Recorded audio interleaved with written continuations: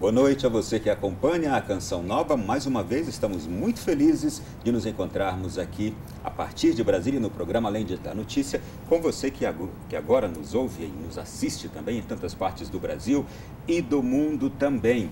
Hoje aqui na capital federal, notícia nacional também, foi a morte do ex-governador Joaquim Roriz, que marcou muito a vida desta cidade.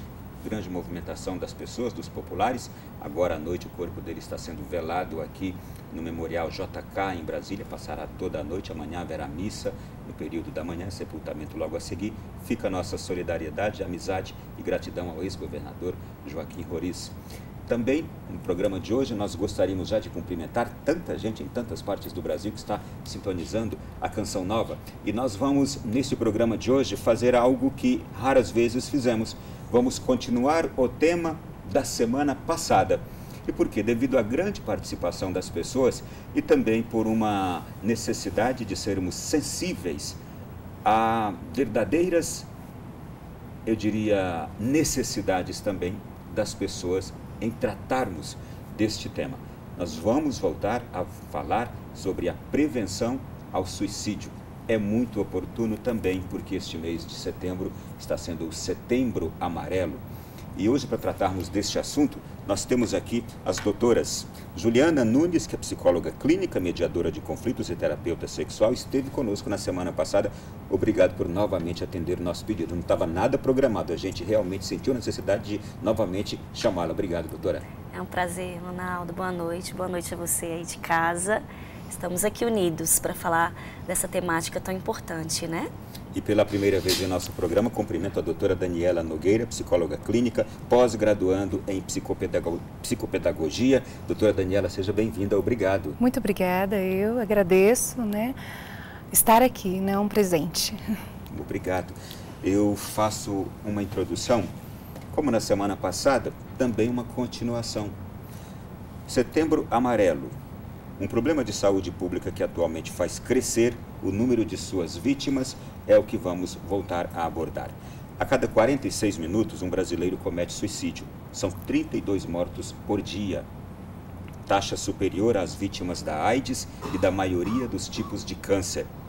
Tem sido um mal silencioso, porque as pessoas fogem do assunto e, por medo ou desconhecimento, não veem os sinais de que uma pessoa próxima está com ideias suicidas. Mas, atenção, a boa notícia, há esperança. E é por isso que voltamos a falar deste assunto hoje. Segundo a Organização Mundial da Saúde, 9 em cada 10 casos poderiam ser prevenidos. E vamos hoje abordar bastante isso.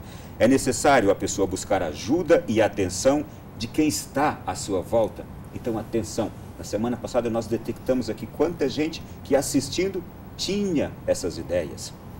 Mas como buscar ajuda se poucos acreditam que podem ser ajudados e que o que esta pessoa está passando é muito mais comum do que se divulga?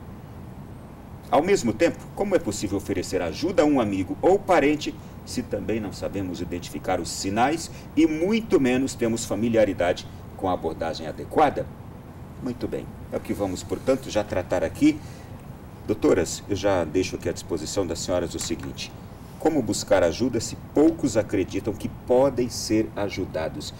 É uma realidade mesmo isso? A pessoa que está passando por um problema mental, psicológico, uma depressão e que tem esta ideia suicida, ela acredita pouco que pode ser ajudada?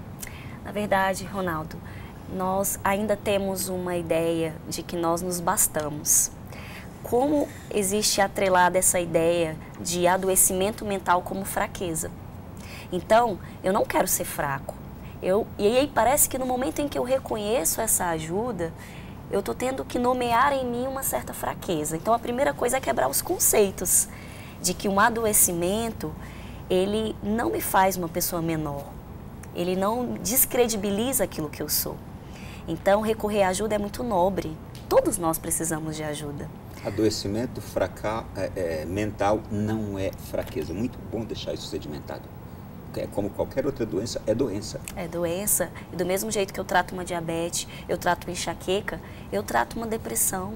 Eu recorro, eu busco alternativas. Então, você não precisa viver nada sozinho, você pode recorrer. Estar aqui é uma forma de você ser ajudado. demorar um pouco aqui nessa conversa, se permitir reconhecer que você é sujeito. Quantas vezes nós queremos ser super-heróis? Doutora Daniela, adoecimento mental é mais comum do que se divulga? Sim, bem mais comum do que se divulga, porque fica com a dor. A pessoa fica com a dor e pensa-se que é normal, né? Assim dizer, normal. Está adoecido, né? Porque os antigos já diziam, é frescura, né? Quando fala, não, tá cansado demais, só quero ficar deitado, assim dizendo, já sabendo que é um adoecimento em si. E aí muitos se falavam, né? É frescura, não, levanta da cama, que é isso, é preguiça. E aí a gente percebe que é muito mais normal no nosso meio do que, de fato, né, essa questão do que muito se diz, né, do preconceito quanto ao adoecimento. E é bom falar de um outro aspecto dessa doença mental. Ela parece ser causa de vergonha. Sim. Não é? Gera muito constrangimento, né? Parece que quando eu lido com a questão psicológica, eu estou reconhecendo, e aí tem ainda a questão mesmo da luta antimanicomial, que as pessoas usam o termo de loucura. Eu sou louca, eu não sou doida, vou fazer terapia, eu posso conversar com o meu colega, eu posso ir para uma mesa de bar, eu posso buscar estratégias em mim, recursos pessoais. Então, ir ao psicólogo ainda tem todo um preconceito, que é o que você está trazendo, né? De que eu posso me bastar, eu não preciso de alguém para me orientar. E é importante entender que o psicólogo, ele não está ali para dar respostas prontas, ele está ali para te ajudar a segurar na sua mão e visitar aqueles lugares que muitas vezes você não consegue enxergar, porque você está tão mergulhado, tão envolto na sua realidade, que às vezes é difícil você compreender essa dor. Já está tão difícil, nós muitas vezes usamos no suicídio, que as pessoas elas estão num labirinto, como se esse labirinto tivesse escuro e elas não encontrassem saídas. Então, ir a um psicólogo é muitas vezes, como é que é esse olhar de um terceiro, de quem está de fora? Então, desmistificar também essa ideia de que adoecimento é vergonhoso, é parte do ser humano o sofrimento. Estamos aqui, né, lidando com os dilemas da vida. E é nobre, como eu disse anteriormente, buscar essa ajuda. Muito bem. Olha, nós já vamos começar o programa de hoje em ritmo acelerado e até pulando um pouco o protocolo dos nossos programas. O número de WhatsApp já vai aparecer aí agora na sua tela. Você pode mandar a sua pergunta, a sua partilha, o seu comentário sobre o nosso tema do programa de hoje. E o que vamos fazer? Devido ao grande número de pessoas que participaram na semana passada, nós recolhemos algumas das participações e já quero submetê-las aqui às senhoras também. Elas servirão já de ajuda, instrução, conscientização para quem está nos acompanhando em casa. Sim. Chegaram na semana passada, a primeira que já vou abordar é a seguinte, veio de Santa Catarina, boa parte delas são anônimas, Santa Catarina, e diz assim: boa noite, estou assistindo o programa, digno e útil de se assistir. Estou com um problemão. Tenho um colaborador que há 3 anos veio trabalhar comigo e foi ficando dentro da minha casa. Acontece que a mãe dele perdeu o juízo pós-parto, isto é, no parto dele. Perdeu o juízo, eu imagino, ela desequilibrou-se mentalmente, não de uma doença mental. Nos últimos 2 meses, a mãe tentou suicídio 2 vezes. A família é toda desequilibrada, a linguagem da pessoa que está enviando para nós. É muito triste. O rapaz se culpa por ver a mãe desta forma e, para variar, ele é viciado em maconha. Quando chega um caso assim, o que dizer?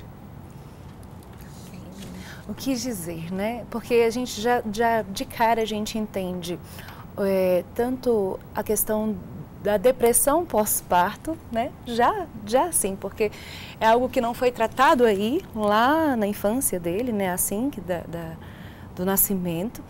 Então a gente já percebe outro tipo de depressão já aí, né? A depressão pós-parto, e aí ele envolto nessa dor, nesse sofrimento, nessa família que estava com o sofrimento ali, salutar, de fato não soube lidar, né? E esse não saber lidar porque... E a própria mãe parece que não tratou da depressão pós-parto, porque ela hoje, tentando suicídios já em repetidas vezes, é sinal de alguém que não tem essa saúde mental, não é? Uhum. E um ponto dessa pergunta, né, dessa partilha, é a questão das culpas e da questão familiar. Como a família, ela nos move. Como as referências ele traz, né, hoje o uso da drogadição como fuga de todo um processo de vida. Como a minha vida é afetada diante das minhas relações de abandono, de rejeição, de impotência de lidar com essa mãe, da culpa de o que eu posso fazer por ela. Então eu não consigo fazer por ela, não consigo fazer por mim. E as impotências, a perda de controle, ela tem gerado muito adoecimento e transtorno nas pessoas, né?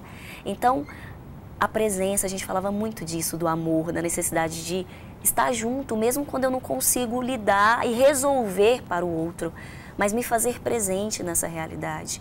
Eu consigo ser filho, mesmo nesse campo disfuncional, dessa realidade disfuncional dessa família. Eu consigo me fazer presente, eu consigo me formar e crescer a partir dessa família que hoje eu tenho.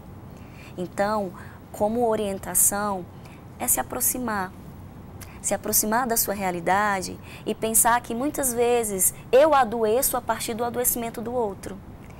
E que não é só a mãe adoecida, o rapaz também passa a se adoecer diante da história triste que tem. Então, será que às vezes eu não tenho mergulhado muito no processo do outro e esquecido também de lidar com as minhas questões? É importante entender que para que eu te ajude, eu preciso estar bem. Eu preciso entender que eu, estando na manutenção da minha saúde mental, eu posso ser útil para alguém. E que não dá para adoecer junto, né, Ronaldo? Tem mais perguntas chegando, ou melhor, mais perguntas que a gente ainda vai responder, fora as que você já está mandando para nós agora. Tem uma outra aqui que é do Rio Grande do Sul, também uma pessoa anônima. Ela diz assim: terminei um relacionamento longo e conturbado, meu companheiro sempre me colocava para baixo e acabei por achar que eu sou realmente o que ele dizia para mim. Ele fazia eu me afastar da minha família e hoje tenho vontade de sumir. Às vezes até penso que se eu morresse as pessoas veriam o meu valor. O que devo fazer para conseguir acreditar que sou especial? Por favor, me deem um caminho. Eu consigo fingir que estou bem na frente das pessoas, mas quando chego em casa só quero chorar e dormir, nem sinto fome. É se encontrar, né, Juliana? Assim, é se encontrar nesse processo, porque de fato a gente percebe aí pela fala dela que ela estava num relacionamento abusivo. E aí, estar nesse relacionamento abusivo, cadê o eu aqui? Cadê essa pessoa presente aqui? O sentir, o gostar, o querer. Era o querer do outro sobre o que ela queria, né?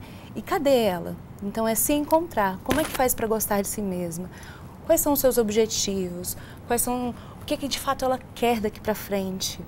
Como valorizar o que de fato ela quer daqui para frente, né? Então a gente percebe que estava num relacionamento abusivo, não sei, dependência emocional, tantas coisas que podem gerar nesse sentido, mas às vezes por uma carência. Então se reconhecer é essencial. Então a partir do momento de nos reconhecer de fato o que está faltando aqui, que eu preciso tanto da presença do outro, que essa presença do outro, que essa fala do outro foi tão recorrente na minha vida. O que é isso, né? Então, a partir do momento que, de fato, porque ela tá precisando da fala do outro, que ninguém me valoriza, não foi isso? Sim. Ela falou, ninguém me valoriza. E tem um aspecto muito que eu vou pegar aqui para a gente explorar bem dessa questão dela. Às vezes até penso que se eu morresse as pessoas veriam o meu valor. Não, muitos casos de pessoas que pensam em suicídio é justamente por isso, né? Porque parece que ninguém vê nela valor. Essa questão do reconhecimento, da necessidade de ser reconhecida pelo outro. O que a Dani traz da necessidade do mergulho interno é porque muitas vezes eu quero ter compromisso com o outro, mas eu deixo de ter compromisso comigo mesmo. Eu entendo que todos me abandonam, mas eu não percebo que eu também estou me abandonando. Sim. E o que é se abandonar? Muitas vezes, quando o outro sai de cena, eu perco a referência, eu não sei onde eu me apoio. Então, muito das pessoas que começam a querer eliminar a sua existência é porque elas já não encontram suporte em si nem nos outros. Então, eu não consigo me encontrar em nada e em ninguém, é melhor que eu não exista. E, na verdade, quando eu vou começando a atribuir sentido à minha vida, eu começo a me valorizar e a entender que a vida sim vale a pena ser vivida. E é o que a gente deixa de mensagem, de tentar não mais ser a partir do que o outro quer que eu seja, mas o que eu penso de mim? O que eu sou, para além daquilo que os outros pensam ao meu respeito? Eu queria fazer uma pergunta a partir também do primeiro ponto abordado por ela. O que leva uma pessoa a submeter-se tão, eu diria, generosamente, de forma integralmente dessa forma, alguém que lhe faz mal, alguém que lhe trata mal, que lhe menospreza, e essa pessoa não consegue enxergar que aquilo para ela não é bom e sair daquela situação. O que leva alguém a depender tanto assim de uma situação como esta tem a ver com a sua baixa autoestima. Baixa autoestima, né? Pode ser o histórico, né? A vivência familiar, de novo a questão familiar, né? A vivência familiar, de como foi colocada essa criança que foi crescendo nesse meio, essas carências aí vividas, né? As carências afetivas que não Sim. foram preenchidas, Sim. não é? Sim, e aí a primeira pessoa que dá afeto, a primeira pessoa que te motiva, te valoriza. Inicialmente. É a primeira pessoa que chega até você, não é? Se dá toda, né? Sim. Se coloca toda e aí, à disposição nessa talvez o relação. medo de perder aquilo que nunca teve, que chegou, faça a pessoa submeter-se assim, é isso? Existe uma frase que diz que por trás de todo excesso existe uma falta. Que muitas vezes eu quero preencher as minhas lacunas em pessoas que aparentemente parece que estão disponíveis a mim. E o formato dessa dependência é disso. Eu não consigo enxergar que o outro não me quer. Eu entendo a violência, a agressividade, a prisão do outro como formas de amor. A leitura que eu faço é que ele me enxerga tanto que ele tem ciúmes, que ele quer me prender. Isso é amor. Então, tem a ver com o conceito de amor. Muitas vezes nós não estamos... errado de amor, né? Errado de amor. Sim. Muitas vezes nós não estamos exigentes nas nossas buscas. Mas vamos lá, mas eu vou pegar aqui a falta, ou melhor, a carência que a pessoa trouxe ao longo da sua criação, que chegou naquele momento ali, que encontrou alguém e que enxergou naquele alguém o seu tudo. Sim.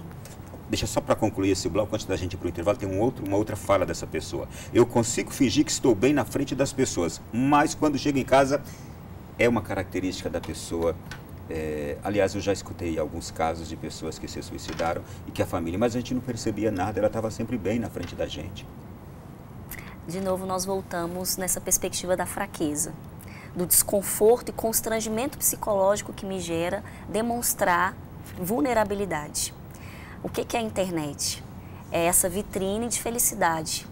Eu quero manter a minha autoimagem, eu quero passar segurança, eu não quero mostrar as minhas fragilidades, porque eu não quero me expor, então eu prefiro me esconder. Quantas vezes nós nos escondemos no trabalho, na nossa casa? Por quê? Porque eu tenho medo do julgamento, de ser avaliado, de que ninguém vai me aceitar na minha condição de gente. Então eu vou entendendo que o fingimento é uma falta de aceitação do que eu sou com medo da rejeição. Também tem a ver com as nossas carências. Vamos fazer assim, a gente para por aqui agora, vamos para o intervalo breve e voltamos já no segundo bloco. Continuaremos a falar sobre Setembro Amarelo, prevenção ao suicídio. Continue participando, já vamos chegar aí também nas suas perguntas. Até já.